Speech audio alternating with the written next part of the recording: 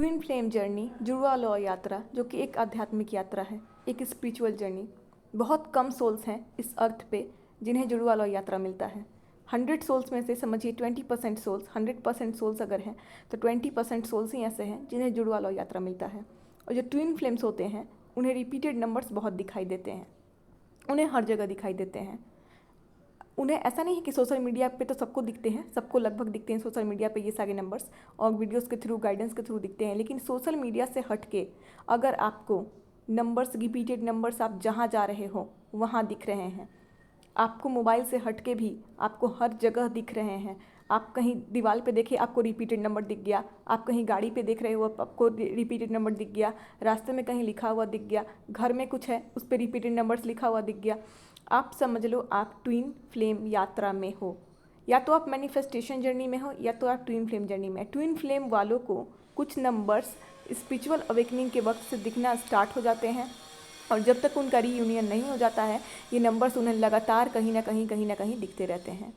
और ये उन्हें हर जगह दिखते हैं। जब वो मोबाइल उठाते हैं तो दिखते हैं, जब वो टीवी देखते हैं तो दिखते हैं, जब वो कहीं बाहर निकलते हैं वहाँ दिखते हैं, कहीं मंदिर पे दिख जाता है, कहीं लिखा हुआ दिख जाता है।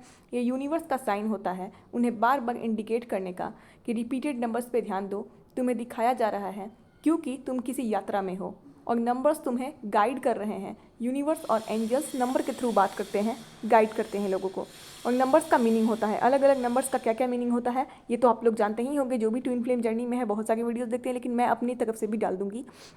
देखिए 111 333 33 717 919 818 88 22 55 69 96। 69 और 96 तो मोस्ट एसेंशियल नंबर है कि जो ट्विन फ्लेम्स को दिखता ही दिखता है, वो दिखना ही है। 222 दिखना ही है, 111 दिखना ही है, बटरफ्लाइज, रेनबो, ये सारे नंबर्स इंडिकेट करते हैं कि आप एक स्पिरिचुअल जर्नी में हो, एंजल्स आपके साथ हैं और आपको अपनी आध्यात्मिक यात्रा का शुरुआत करना है और आप उस पर ध्यान दो।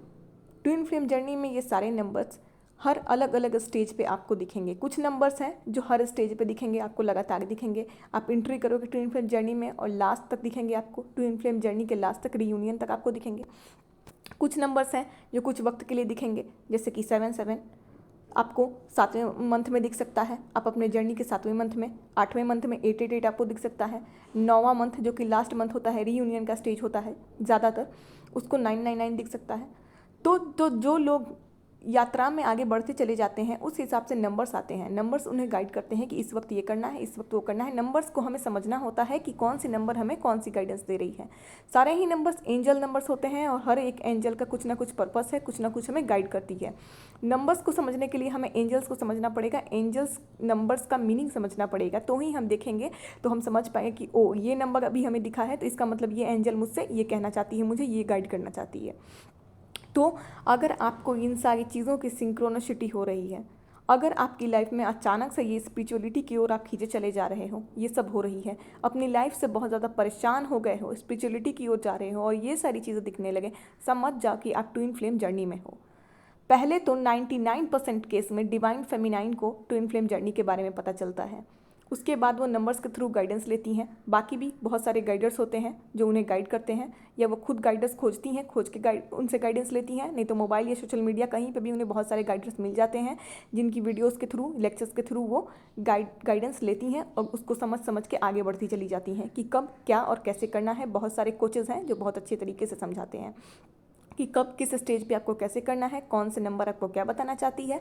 लाखों कोचेज़ हैं जो कि यूट्यूब पे हैं, आप ढूंढ सकते हो, ज़रूरी नहीं है कि आप मेरा वीडियो देख रहे हो तो मैं यहीं देखोगे। लाखों कोचेज़ हैं जो ट्विन फ्लेम जर्नी के बारे में, एंजल नंबर्स के बारे में, उनके गाइडेंस के बारे में बताते हैं कि कैसे कैसे इनर वर्क करना है, कैसे कैसे एंजल नंबर्स पे ध्यान देना है, कैसे कैसे चीज़ों में आगे बढ़ना है और अपने रीयूनियन को पाना है, अपनी अवेकनिंग को पूरी करनी है, उसके बाद रीयूनियन को पाना है। ये सब देखने के बाद डिवाइन फेमिनाइन इनर वर्क करना स्टार्ट करती हैं।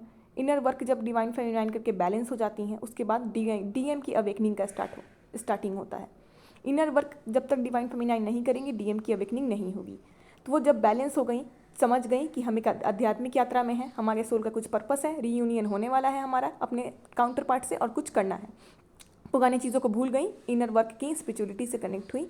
अब डिवाइन मस्कुलाइन के साथ उथल पुथल होगा, वो स्पिरिचुअलिटी से कनेक्ट होते हैं, उनके बाद उन्हें रीयूनियन के वक्त पता चलता है कि वो अपनी डिवाइन काउंटर पार्ट से जो हैं